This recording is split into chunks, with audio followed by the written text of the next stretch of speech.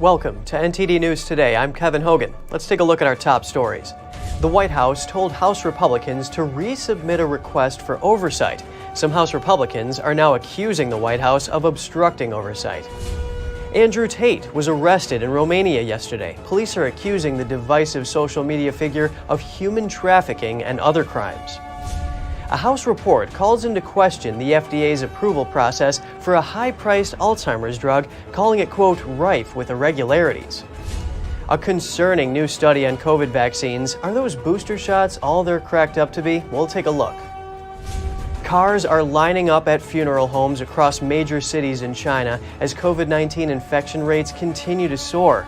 We spoke with workers in local funeral homes to find out more.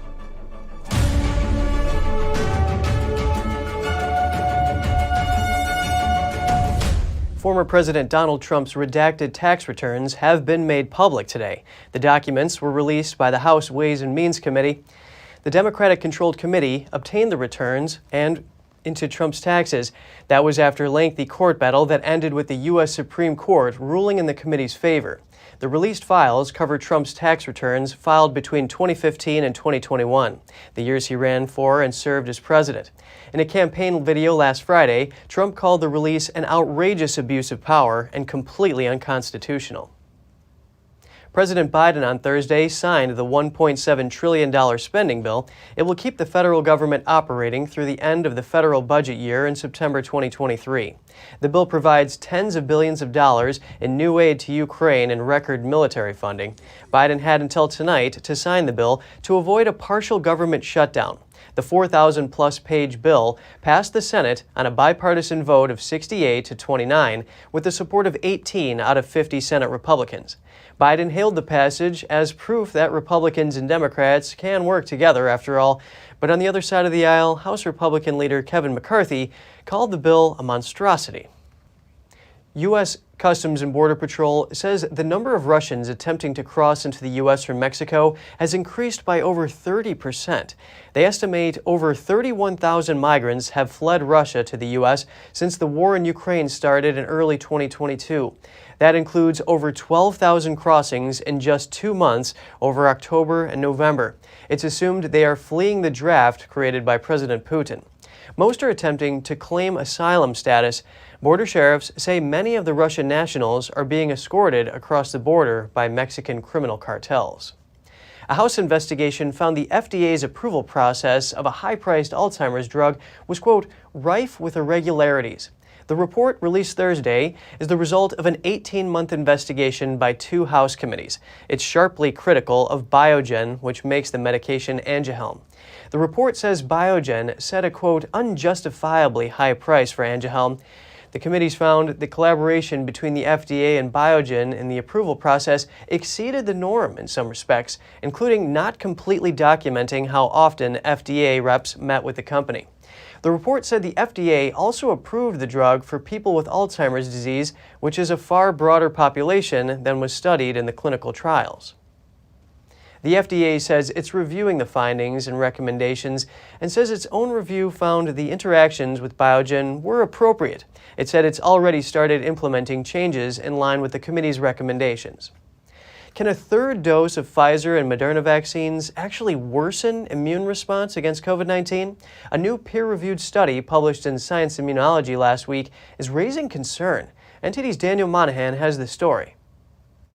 The study by German researchers determined that mRNA boosting created a high level of what are known as IgG4 antibodies. Those are a subclass of antibodies which cause a weaker immune response. This is the latest research to evoke scrutiny of federal vaccine recommendations and continuing vaccine mandates. Mandatory vaccination is still in effect for certain professions, as well as in education, especially for college students. Students are a demographic with lower COVID risks, but heightened risks of heart inflammation. Dr. Robert Malone addresses COVID vaccines. The genetic COVID-19 genetic injections cause far more harm than good and provide zero benefit relative to risk for the young and healthy. The CDC is still recommending that everyone 6 months and older get a full series and booster of the original COVID-19 strain vaccine. They also recommend a bivalent booster on top of that, which combines the original strain and the Omicron strain. This is regardless of one's age and health-based COVID risk level or likelihood of adverse reactions. The data now show that these experimental gene therapy treatments can damage your children as well as yourself. They can damage your heart, your brain, your reproductive tissue, and your lungs. Malone added that this can include permanent damage to your immune system. The IgG4 antibody subclass is associated with increased COVID-related mortality. That is according to Italian researchers who published in the European Journal of Internal Medicine last year. IgG4 study co-author Kilian Schober cautioned against the view that mRNA vaccines are inducing tolerance to infection rather than fighting it. He says that further studies are needed. Daniel Monahan, NTD News. The Justice Department is suing pharmaceutical distributor AmerisourceBergen Corporation and 2 subsidiaries. The DOJ is accusing them of mishandling opioid medications. In a Thursday release, the DOJ said the companies failed to report hundreds of thousands of suspicious orders of prescription opioids from pharmacies nationwide. The DOJ says in 2 cases, the company knew the drugs were likely being sold in parking lots for cash. In another instance, the company was warned that addicted patients were getting opioids, including some people who later overdosed and died. In response, AmerisourceBergen said the DOJ complaint cherry-picked information from the thousands of pharmacies supplied by the company. The drug maker also made an accusation against the Federal Drug Enforcement Administration, or DEA. They said the DEA is not penalizing suspicious pharmacies until after private companies pulled their contracts, and that DEA inaction forced private companies to perform the job of law enforcement. If found liable, AmerisourceBergen could face billions of dollars in financial penalties. Controversial social media personality Andrew Tate has been detained in Romania. Police suspect him of rape and human trafficking following a raid of his luxury home in Bucharest. NTD's Daniel Monahan has the story. Police arrested the 36-year-old former professional kickboxer alongside his brother Tristan. The brothers have been under investigation since April alongside 2 Romanian nationals. Prosecutors allege that the brothers are suspects in an organized crime ring that sexually exploited women. They assert that the crime ring was based between Romania, the United Kingdom, and the United States. The official press release did not specifically name the Tate brothers. Lawyers for the 2 brothers confirmed that they had been detained by Romanian police, but did not provide further details. A spokesperson for Tate says the brothers have the utmost respect for the Romanian authorities and will always assist and help in any way they can. Tate shot to fame after appearing on the UK television show Big Brother in 2016. He later started a paid video subscription program, Hustler University, billed as an exclusive community teaching students how to make money online. A day prior to his arrest, Tate wrote climate activist Greta Thunberg on Twitter, bragging about his 33 cars and their emissions. According to several reports, the pizza box in the video he sent to Thunberg helped cops narrow in on Tate's location. On that note, Thunberg tweeted, "This is what happens when you don't recycle your pizza boxes." Daniel Monahan, NTD News. House Republicans are accusing the White House of obstructing legitimate oversight after being asked to resubmit an oversight request. The White House says that decision was made in good faith. House Republicans recently submitted oversight requests to the White House. While it is unclear what the requests pertain to, House GOP members have pledged to investigate the government's handling of problems at school board meetings, the origins of COVID-19, the Biden family's foreign business dealings, and more. On Thursday morning, the White House reportedly responded, saying the requests have to be resubmitted. Politico obtained 2 letters showing that White House Special Counsel Richard Sauber says the incoming congressmen won't have the constitutional authority to make such requests until they assume their leadership positions on January 3rd, when Republicans are set to take over the House. Sauber says that decision was made in good faith. However, the House Judiciary Committee responded to Politico's report by noting that it had only just received the White House letter that morning at around 4:30 a.m. That was less than a half hour before the story was published, which they say indicates that the White House had likely briefed Politico on the story prior to sending the letter. The House Judiciary Committee tweeted, "Last night, the White House leaks this ridiculous story to Politico and Heidi reports. Then the White House briefs Politico on the story. At 4:34 a.m. this morning, the White House sends us the letter. Only after publication does Politico ask us for comment. Good faith." They allege that this was a planned effort between the White House and Politico to obstruct constitutional oversight, and that Democrats employed similar tactics in 2018. The Judiciary Committee tweeted, "Notice how favorable Politico's story was to Democrats in 2018 when they did the exact same thing as us. Democrats were made out to be heroes."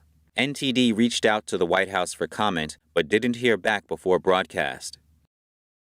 At least 40 have died in western New York after storms ravaged much of the nation last week. An Erie County official said a storm briefing that some victims had yet to be identified. Unfortunately, there are families in this community who still have not been able to identify where a loved one is. We've been dealing with much, including the unfolding issues associated with the deaths, the identification of bodies, individuals who have not yet been identified, and new deaths that are coming in that are just absolutely heartbreaking. Erie County Executive Mark Poloncarz apologized for publicly criticizing Buffalo's snow removal as too slow. He said the current focus is on recovery and on helping community members who lost their loved ones. Mayor Byron Brown called off the city's driving ban on Thursday. Authorities continue to search for people who are trapped or who may have died. The National Guard is going door to door to check on those who've lost power. Meanwhile, rain is expected later in the week as snow melts and temperatures approaching or topping 50 degrees. New York Governor Kathy Hochul said the state is ready to deploy nearly 800,000 sandbags and more than 300 pumps and generators if necessary to deal with any floods. Dozens of transportation workers in Ohio will spend New Year's weekend in New York on a snow removal mission. On Thursday, Governor Mike DeWine dispatched 28 Department of Transportation workers to western New York, along with 12 tandem dump trucks, 2 utility mechanic trucks, and 4 crew cab pickup trucks. The teams and equipment will help with emergency snow removal following the deadly winter storm. The crews are scheduled to return to Ohio on January 3rd. New Jersey and Pennsylvania have already sent workers and equipment to Buffalo to help with recovery efforts. The Buffalo Bills Foundation and 2 other organizations are donating a total of $300,000 for blizzard relief in western New York. The Bills Foundation ponied up $100,000. Then the NFL Foundation and Highmark Blue Cross Blue Shield of western New York agreed to match it. Part of the money will go to immediate storm relief efforts. The rest will be earmarked for community needs in the coming months. Meanwhile, the NHL's Buffalo Sabres announced Thursday that its foundation will donate $50,000 to aid in blizzard relief. The funds will go to the Buffalo City Mission, the Salvation Army, and 3 more local nonprofits. A man in New York State is being hailed as a hero after breaking into a school to shelter nearly a dozen people from the massive Christmas blizzard. It happened in Erie County last Friday. Jay Wythe ended up stranded in his vehicle while driving to help a friend who was trapped in the storm. He went to several houses begging for help, but was turned away. Over the course of the night, he took a man and an elderly woman into his car to keep warm. His truck eventually ran out of gas, and that's when Wythe located a nearby school and broke in. He then ventured back out and found several older people who needed help. He led them into the school and even found food and mats to sleep on. Police say they want to find the man to thank him for saving lives.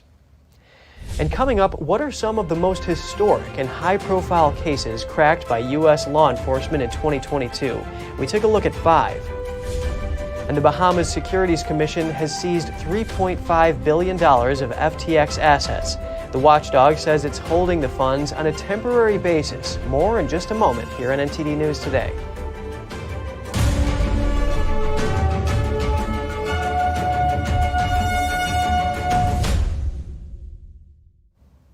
2022 witnessed major breakthroughs in dozens of unsolved cases in the U.S., some of which have dragged on for decades. A Fox News report highlights the top 5 cold cases cracked this year. One of the nation's oldest missing persons cases, Melissa Highsmith, was finally reunited with her family. In 1971, at the age of only 21 months, Highsmith was abducted from her home in Fort Worth, Texas, by a woman who advertised herself as a babysitter. The family didn't see her for half a century until DNA testing in November successfully tracked down their loved one. The remains of the boy in a box found 65 years ago were identified this month. In February 1957, the body of Joseph Augustus Zarelli was found in a wooded area of Philadelphia. The 4-year-old boy was confirmed to have been beaten to death, then wrapped in a blanket and abandoned. Philadelphia Police Commissioner Danielle Outlaw said Joseph had experienced horrors that no one should ever be subjected to. Police are still trying to determine who killed the boy and why. Richard Cottingham, nicknamed the Torso Killer, has pled guilty to the murders of 5 women in the 1960s in Long Island, New York. Also known as the Times Square Killer, Cottingham says he has killed many as 100 people in New Jersey and New York State. He is now facing a lifetime in prison. Another murderer of a teen pled guilty this October. 62-year-old Raymond Moody went on trial in Georgetown, South Carolina. He admitted to the kidnapping, rape, and murder of teenage girl Brittanee Drexel. In 2009, Drexel traveled from New York State to Myrtle Beach, South Carolina for spring break. The 17-year-old's body was found in May of this year. Investigators determined that she was strangled to death. And the identity of Little Miss Nobody came to light after 6 decades thanks to advances in DNA technology. The girl was confirmed as 4-year-old Sharon Lee Gallegos of New Mexico. She was abducted in 1960 and her body found in a desert in Arizona. At the time of her kidnapping, Sharon was playing with her cousins behind her grandmother's house in New Mexico. Her death was later ruled a homicide, but the cause of death was not determined. The Securities Commission of the Bahamas said on Thursday that it is holding $3.5 billion worth of FTX assets. The figure is based on market pricing at the time of transfer on a temporary basis to deliver them to customers and creditors who own them. The Commission oversaw the transfer of FTX's Bahamas unit's digital assets to digital wallets in November. This was following the dissolution of the company and its hedge fund, Alameda Research, as well as dozens of affiliates who filed for U.S. bankruptcy. According to an affidavit filed by the Commission's executive director, all transferred assets were and remained under the sole control of the Commission. Bahamian authorities recently appointed liquidators to wind down FTX's international trading business soon after the company announced bankruptcy. Google is set to face a class action lawsuit. It accuses the tech giant of collecting information and tracking children's behavior online without consent. The lawsuit was originally filed in 2019 against Google, YouTube, Cartoon Network, Hasbro, DreamWorks Animation, and Mattel. The lawsuit was able to move forward recently after a lower court dismissed it last year. The companies are blamed for running targeted ads to children based on Google's persistent identifiers. These identifiers refer to unique IMEI numbers of a device or the IP address. They allow Google to track the behavior of a user over as much as 80% of the internet, and from there, Google can create profiles used in targeting advertising.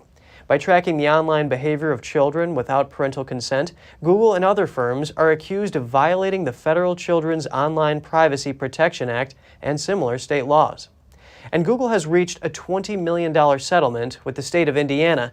This is over the big tech giant's alleged deceptive location tracking practices. Indiana Attorney General Todd Rokita released a statement this week. He said that the latest settlement reflects the state's commitment to protecting Indiana residents from big tech's intrusive schemes. The settlement came about after Rokita filed a separate independent lawsuit when negotiations between Google and a coalition of state attorneys general stalled. As a result, Indiana received roughly twice as much money as it would have received in the other lawsuit. Multiple U.S. states opened investigation into Google's location tracking practices after an exclusive report from the Associated Press in 2018. The report took issue with 2 Google account settings: location history and web and app activity. Both lawsuits say Google has been falsely leading users to believe that changing their privacy settings could stop the company from tracking their location. And just ahead, a Chinese fighter jet came within 20 feet of a U.S. Air Force plane over the South China Sea, forcing it to take evasive action to avoid a collision. And of China's COVID-19 deaths, an unusual number are elites with close ties to the Chinese Communist Party. An expert sheds light on the reason behind the phenomena. We'll have the details soon when we return.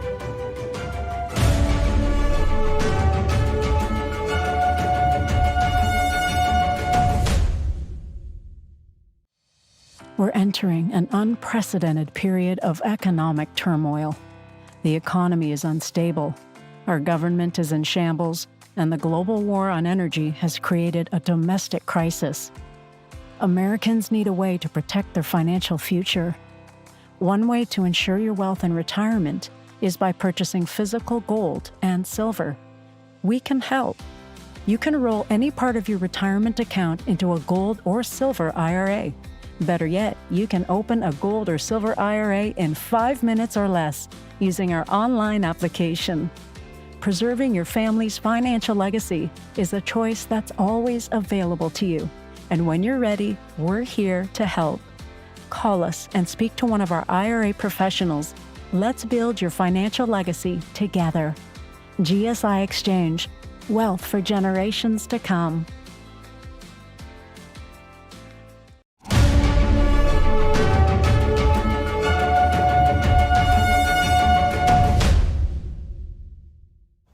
Welcome back. Within 20 feet, a Chinese fighter jet flew dangerously close to a U.S. Air Force plane over the South China Sea, forcing it to take evasive action to avoid a collision.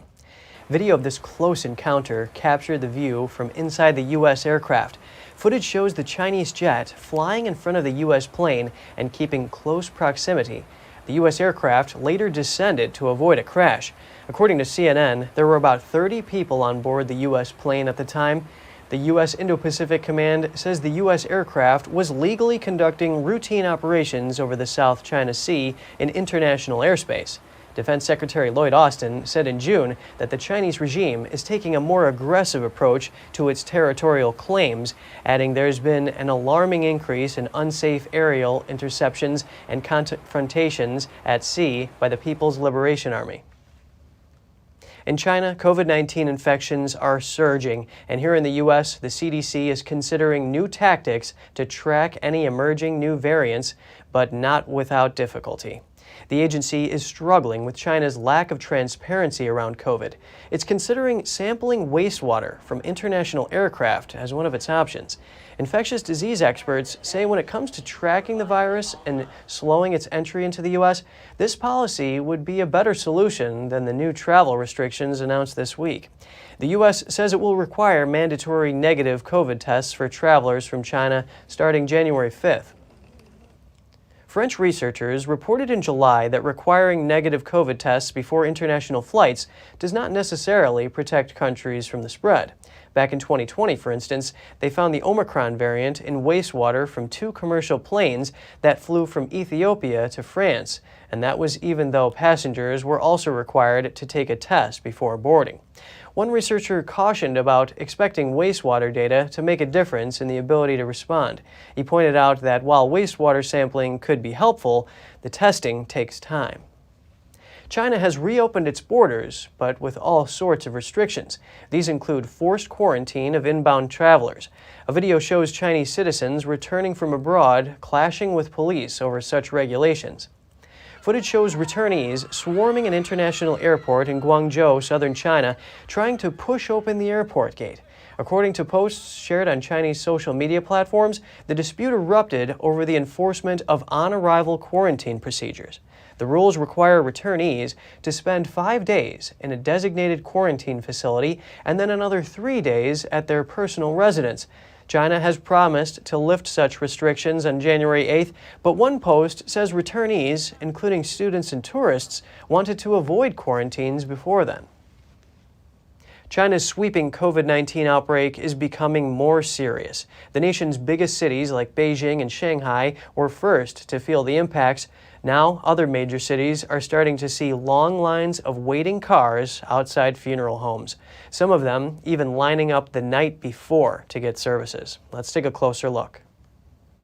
A video shared online captures the scene outside a funeral home in the central Chinese city of Nanjing. On Wednesday, private cars lined up outside the building, all of them transporting human remains.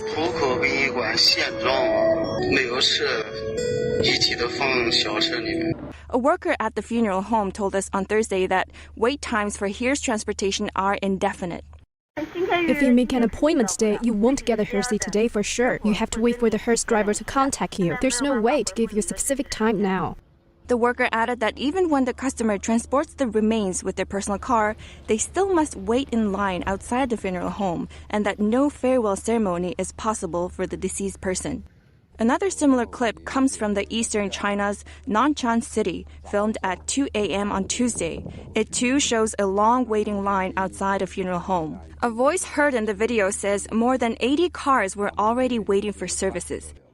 First make an appointment and then line up. First pull the body over and line up. We start working at 5 a.m. You must line up the night before. Northern China Xi'an City, the Xi'an Funeral Parlor says it's operating at full capacity all day long, but still cannot meet demand. Before the pandemic, the parlor only needed to operate for half the day. This, according to Chinese media. One resident told us that over the last few days, the situation has gotten worse locally, with infection rates rising and locals reporting fewer symptoms. He blames the issue on a lack of state preparation. To protect his identity, we distorted his voice.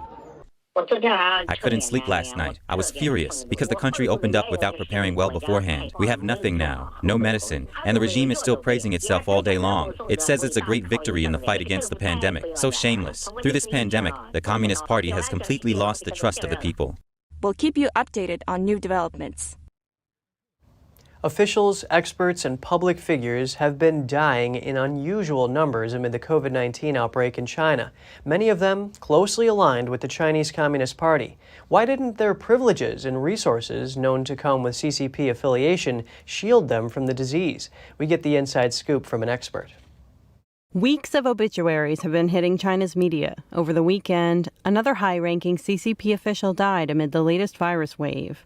Li Ziliu, the former mayor of China's southern economic hub, Guangzhou. He was among at least 50 CCP officials who have passed away since the start of December. The list also includes 45 prominent scholars and professors. Almost none of their obituaries listed cause of death. Inside China, it's widely understood that those closely aligned with the Chinese regime enjoy certain privileges. So why are people who typically have greater access to resources and other aid getting caught up in the COVID-19 turmoil? It's that these people are overprivileged, and for a long time they're in a hospital, like a nursing home, and they're given special treatment, and so the privileges that they get end up killing them. That's with the infection ripping through China's vast population. 1.4 billion people are finding themselves ill-prepared for the sudden surge. The public, with a lack of natural immunity to weather the outbreak after nearly 3 years of COVID-19 restrictions. And the upper echelon of the CCP, who've largely shielded themselves from the pandemic over the past few years. Suddenly, both groups may now be more vulnerable to the latest infection wave. Beyond that, a source has said that hospitals in Beijing are suspected as the origin of this virus wave. According to Radio Free Asia, a CCP insider disclosed that the outbreak has been spreading in major hospitals in Beijing since October. But authorities have concealed the news. The insider said the cover-up also led directly to the deaths of a large number of retired senior CCP officials that were hospitalized there. On the other hand, China affairs analyst Hung He says many CCP officials and prominent figures have received organ transplants to extend their lives. What's more, a military hospital in Beijing has touted a so-called health project for CCP leaders, with a goal of extending their lifespans to up to 150 years. High-ranking CCP officials or interest groups within the system have a particularly long lifespan. It relies heavily on replacing their organs with those from young people. Many deaths in the elderly are caused by organ failure, but then they become very fragile and need to be carefully protected. So the virus is particularly dangerous to them. The COVID-19 devastation has continued to unfold in China, despite Beijing's assurance on Tuesday that it's fighting a prepared battle. Indonesia is approving a new criminal code, one that features a special provision to ban communist and Marxist-Leninist propaganda. Experts are calling it part of a global trend to reject the Chinese communist regime. The provision was passed on December 6th. Under it, those found to have spread communism and Marxism-Leninism can face jail terms from 4 to 15 years. At the lesser end of that range, a 4-year maximum sentence is set for those who distribute or promote communism orally or in writing or media. That penalty jumps to 7 years if those acts cause social disturbances or property damage. If they lead to personal injury or death, those found guilty face the full 12 to 15 years. Current affairs commentator Chin Peng explains that most nations are unwilling to directly and openly confront the Chinese Communist Party. That's for fear of economic or security concerns. But he adds that more are guarding against Beijing's influence. Indonesia strictly prohibits the sickle, hammer, red flag, and other imagery that symbolize communism. Malaysia, another Southeast Asian nation, also bans the promotion of communism. And if you have any news tips or feedback for the show, don't hesitate to email us at news.today@ntd.com. And coming up, China and Russia are expected to further expand their cooperation. Chinese regime leader Xi Jinping will visit Russia early next year. And a wanted Afghan army general and a sniper were arrested in Serbia in a makeshift camp. That and more shortly here on NTD News Today.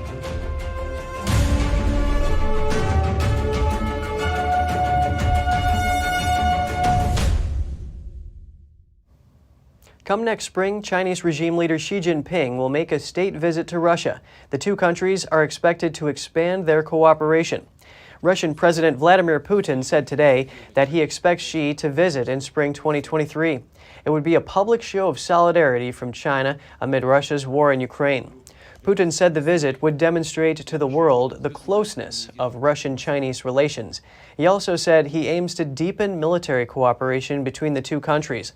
The two leaders held a video conference today. In it, Putin called Xi "Dear Mr. Chairman" and "Dear Friend." Meanwhile, Xi said he was ready to increase strategic cooperation with Russia. The two countries currently have what is called a no-limits partnership. Time does not heal. Those are words from Dr. Nelia Kiernes after hearing the sound of breaking glass in her hospital near Kyiv. She immediately recalled the previous Russian attack she survived in February.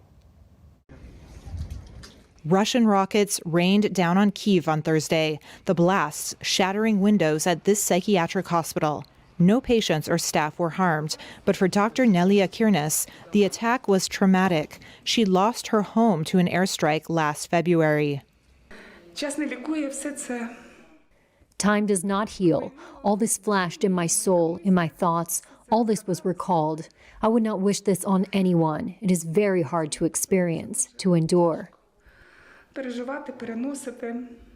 She carries mental and physical scars from the attack in the early days of the war. And the house was damaged, and I was wounded by shards. Unfortunately, the flat burned down. The house burned down, everything in the flat. I miraculously, thank God, survived. Thursday's bombardment was fierce even by the standards of this conflict that has seen Russian forces pummel Ukrainian cities. And I saw two smoke trails over there. First one trail and then the other. I'm assuming one missile flew and then the second, or two missiles or two anti-missiles. You see the shrapnel cut the branch. Around 150 personnel and 468 patients were there at the time and remained indoors. Cyberblad said, thankfully, the psychiatric patients didn't panic. Russia denies deliberately targeting civilians. Ukraine's military said it had shot down 54 missiles out of 69 launched by Russia in the latest volley. Serbian police have arrested an Afghan army general and a sniper wanted by France on terrorism charges. The apprehension occurred during a raid on a migrant camp. 109 illegal immigrants were found at the makeshift camp. The police said 29 of them were, quote, interesting security-wise. The police added that the two men were wanted on international warrants for multiple criminal acts. There were no details of the suspected crimes or why the men were wanted by France. Police also seized an automatic rifle, ammunition, and a small quantity of marijuana at the site. Last month, Serbian police uncovered 600 illegal immigrants near its northern border with Hungary. The Western Balkans route via Turkey, Bulgaria, North Macedonia, and Serbia is the main path for illegal immigrants into the European Union. In the UK, strikes continue to sweep across the country.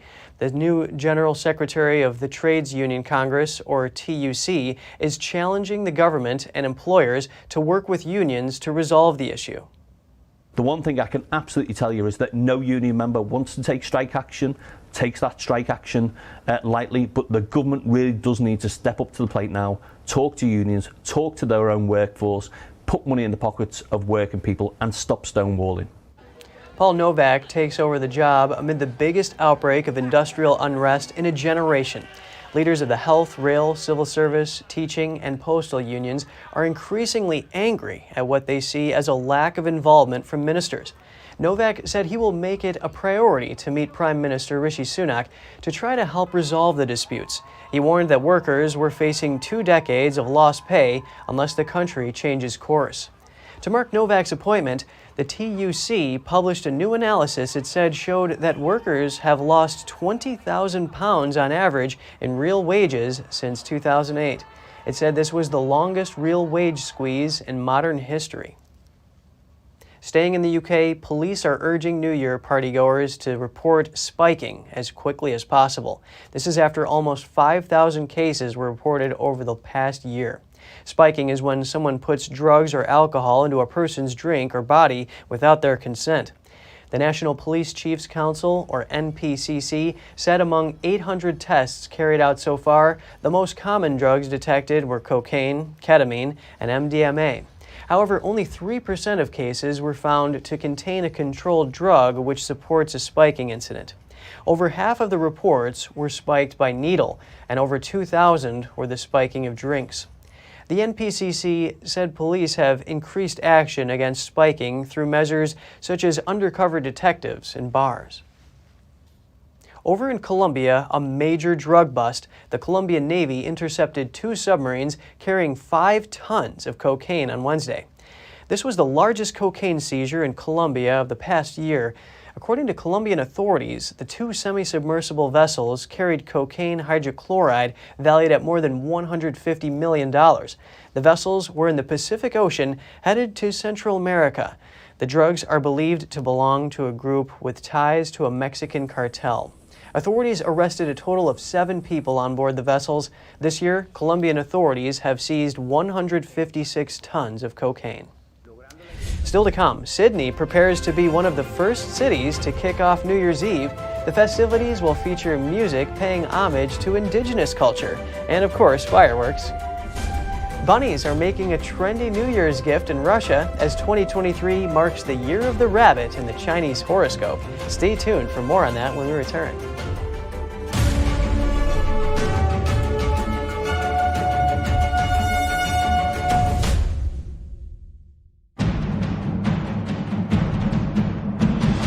A performance that truly matters for each and every one of us.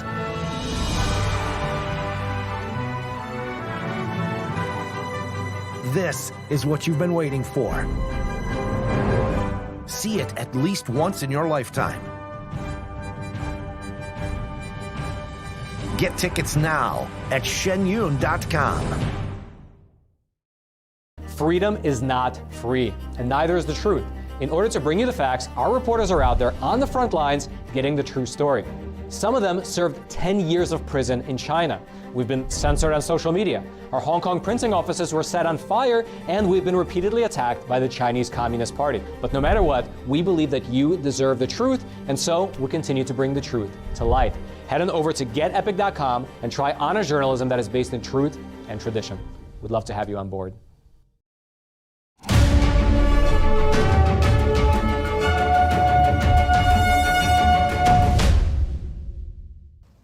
Sydney is preparing to be one of the first cities to kick off New Year's Eve celebrations. Preparations have been underway for months and will focus on ancestral traditions. NTD's Andrew Thomas has the details on the upcoming festivities. After 3 years of festivities canceled and restricted by lockdowns, the party is on. We really do think that everybody deserves to have a really special celebration this year after everything that we've been through. So this year we've increased a little bit. We've added 4 new rooftops as firing positions for the fireworks display. This year, the 9 p.m. and midnight events will focus on a traditional Indigenous culture. Carmen Glynn Braun and Dennis Golding from the Rewrite Collective are the featured artists. Their 8-minute projected display will pay respect to Aboriginal women. We have taken our own concept of highlighting sky, water and land as a core theme for the storytelling to be shared on New Year's for the audience to really get an understanding of how Aboriginal people are connected to the land.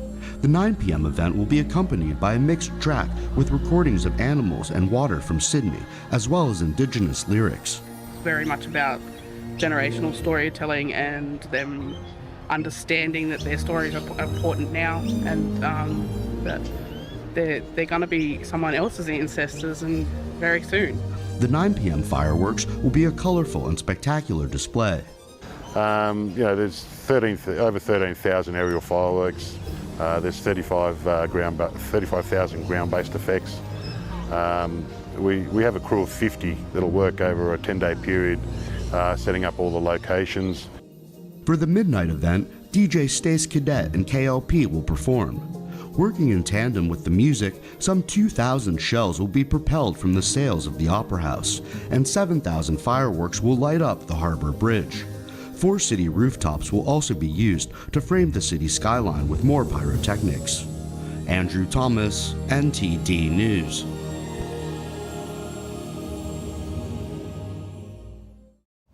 Hurling flour and eggs, dozens of revelers known as Els Inferinats took over a small Spanish town. This is part of a 200-year-old festival marking Holy Innocents' Day every December 28th. The participants dressed in assorted military garb and wore sashes. They staged a mock, messy coup in the town of Erie. The town has a population of just over 23,000. The participants used about 10,000 eggs and 1,300 pounds of flour in the fighting. Under a cloud of flour and exploding fireworks, 2 sides battle each other as they take over the local government and establish outlandish laws. One of them includes fines for walking on the sidewalk. The mayor of the town said he likes this annual festival because the 2 sides can go around criticizing the whole town, who does what wrong, but it's all just for fun. Any proceeds from fines will go to charity. Britain's most famous clock tower is preparing to chime in the new year for the first time since the completion of a major facelift. But Londoners might notice a slight change. Part of its clock face is now painted with Prussian blue, its original 19th century color scheme. This iconic clock tower will soon celebrate a return to its Victorian splendor as it chimes in the new year. The clock tower recently underwent the biggest conservation in its history. Final parts of the scaffolding were removed in April. The building is a world-renowned symbol of the British capital, and its face has seen many important historical events. The tower is expected to reopen to visitors in 2023 with a fresh start, or even a new era for Big Ben. In the Chinese horoscope, 2023 marks the year of the rabbit. Neighboring Russians are embracing this tradition, sending bunnies as New Year gifts. Let's take a look. As New Year's Eve approaches in Chelyabinsk, employees at a pet store are noticing an unusually high demand for rabbits. They buy rabbits actively for the new year. They are booked in advance. We already have a lot of bunnies booked. By New Year's Eve, they will be taken away, gifted to children and relatives as a symbol of the year of the rabbit. According to Russian state media, demand for domestic rabbits went up tenfold in Moscow at year's end. I came to see the rabbits. Now I'm looking at what they are, how they look, what colors, and how much they cost. I'm looking for a gift for my son's classmate. His classmate made such a small order for himself. But for the animals themselves, the huge demand isn't a blessing. A local zoo witnessed the aftermath of a similar bunny boom 12 years ago. In that rabbit year, people gave away their new pets in large numbers after the holidays. After the year of the rabbit, the last time we had a rabbit boom here, they were given to us in some inhuman quantities, and we were very afraid that this would happen again, because we cannot accept an infinite number of animals. Employees fear they will face the same problem this year. In a small amount of cases, somewhere around 10%, when the animal settles in, everything is fine, but those 90% remain when the animal is, in the best case, regifted. And this is a lot of stress for the animal. And the more highly developed the animal, the more stress it is. A cat in general can fall into a real depression, while some just remain on the streets. And I can't imagine what can be more traumatic than death. The Chinese zodiac is a recurring 12-year cycle, representing animal signs and their attributes. It has been widely spread in Russia as an element of New Year's marketing. New York's Times Square is testing out everything before the celebrations on New Year's Eve. On Thursday, it was time to test out the confetti. People joined the Master of Ceremonies on stage to throw the multicolored confetti out in a few trial runs. Times Square's New Year's Eve celebrations have been going for 119 years, with the first ball drop occurring in 1907. The New Year's Eve celebration in Times Square is among the biggest in the world, typically drawing about 1 million people, with millions more tuning in on television to watch the lighted ball atop One Times Square descend as the new year arrives. For most, the Christmas party is long past, but not for animals. A zoo in Berlin is serving up a crunchy Christmas tree as snacks for its tiger family. The Christmas tree was decorated with fruits and fresh pieces of meat. Both adult tigers and their cubs were excited about this late holiday treat. An official at the Tier Park Zoo said such a feast comes only once a year, and the tigers were both challenged and entertained by the way it's served. The zoo is proud of their successful breeding of the Sumatran tiger. The animal is classified as an endangered species. Only about 400 of them are left in their natural habitats. Tigers in the wild are usually solitary, but individuals can be different from each other. Here, the big family just gets along in perfect harmony. The male tiger originally came from San Francisco and was then moved to Berlin through a London breeding program. Still to come, 2022 marked a busy and exciting year for space exploration, and 2023 promises not to disappoint, with NASA and SpaceX executing a variety of missions. And we take a look at the most anticipated blockbusters of 2023, among them the long-awaited Indiana Jones and Mission Impossible. We'll be back with more soon here on NTD News.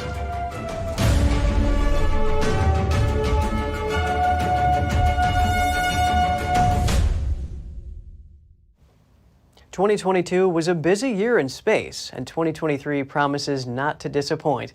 NTD's Andrew Thomas has the details on the upcoming missions into space. In July, NASA's James Webb Space Telescope captured remarkable images of the universe. Scientists hope to get a glimpse of light from the first stars and galaxies that formed 13.7 billion years ago, just 100 million years after the Big Bang. It was in middle of summer 2022 when all these breathtaking, deep views, deep looks at the cosmos started coming back from the Webb. And compared to the Hubble Space Telescope pictures, which were good back in the day, these just offered so much more detail. In late September, a spacecraft plowed into a small asteroid millions of miles away, changing its path. That's part of a big overriding plan to maybe one day save the Earth, so that when an incoming asteroid, if and when it does head our way, Earth can at least send a spacecraft to deflect the asteroid's orbit.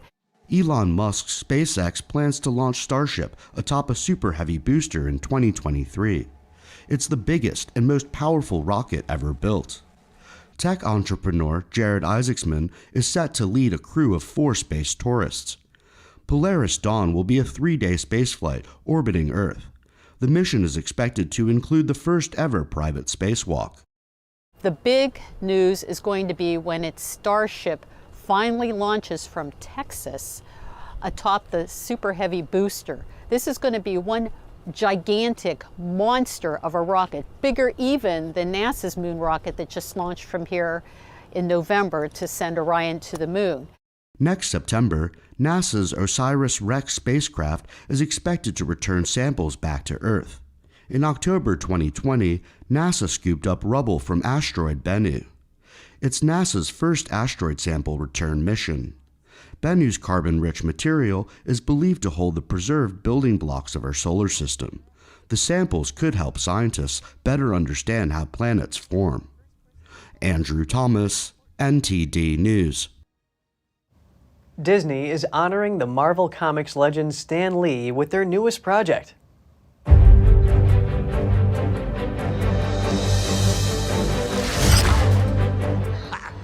On Wednesday, Disney Plus announced plans to release an original documentary about Lee's life. The announcement came on what would have been Lee's 100th birthday. A 25-second video also teased the 2023 release of the film. The iconic comic book writer co-created some of Marvel's most popular characters, including Spider-Man, the Avengers, and X-Men. Lee went on to appear in the comics himself and make cameos in Marvel Studios films. Stan Lee died in 2018 at the age of 95. 2023 promises to be a big year for Hollywood blockbusters. The long-awaited Indiana Jones and Mission Impossible are set to go. Here are 4 of the most anticipated movies. Nintendo games The Super Mario Bros. Is coming out in a movie version.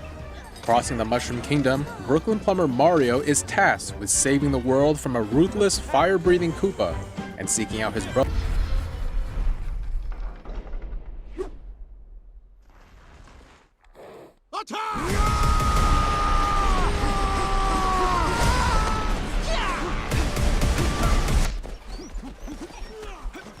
Both the Super Mario Bros. Movie is set to hit the big screen on April 7th.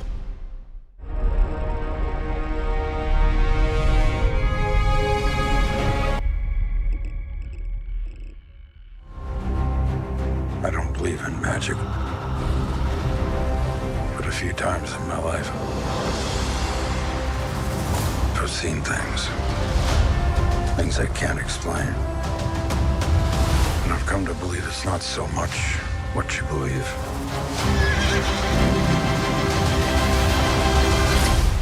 It's how hard you believe it. 15 years after its predecessor, the return of Indiana Jones and the Dial of Destiny is enough to make fans of the legendary story rejoice.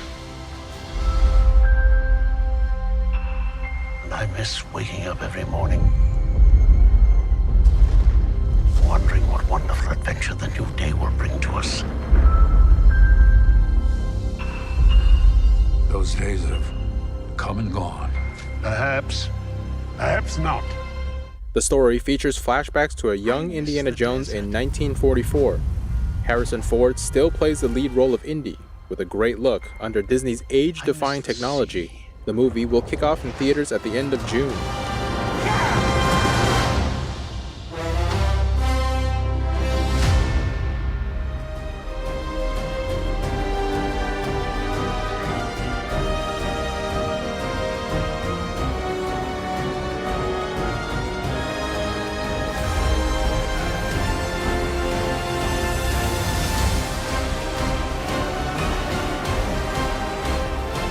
Tom Cruise is back for what could be the first of 2 final appearances as Agent Ethan Hunt.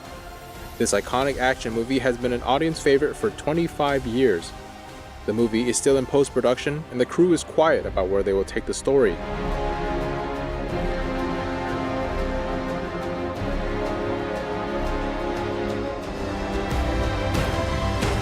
But there's a speculation that the 7th and 8th films will be Ethan Hunt's last. The first part will be released in July, and the second is scheduled for the summer of 2024.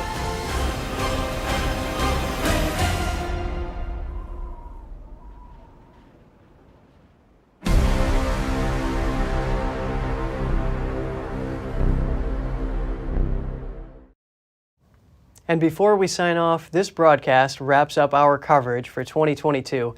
As we head into a new year of reporting, all of us here at NTD News Today would like to thank you for watching. With your support, we're excited to start fresh in our efforts to inform, educate, and entertain, bringing you the latest global headlines and adding a dash of intrigue, joy, and even cuteness to your day. From our team to your home, we wish you and yours a safe and healthy new year. We can't wait to see you in 2023.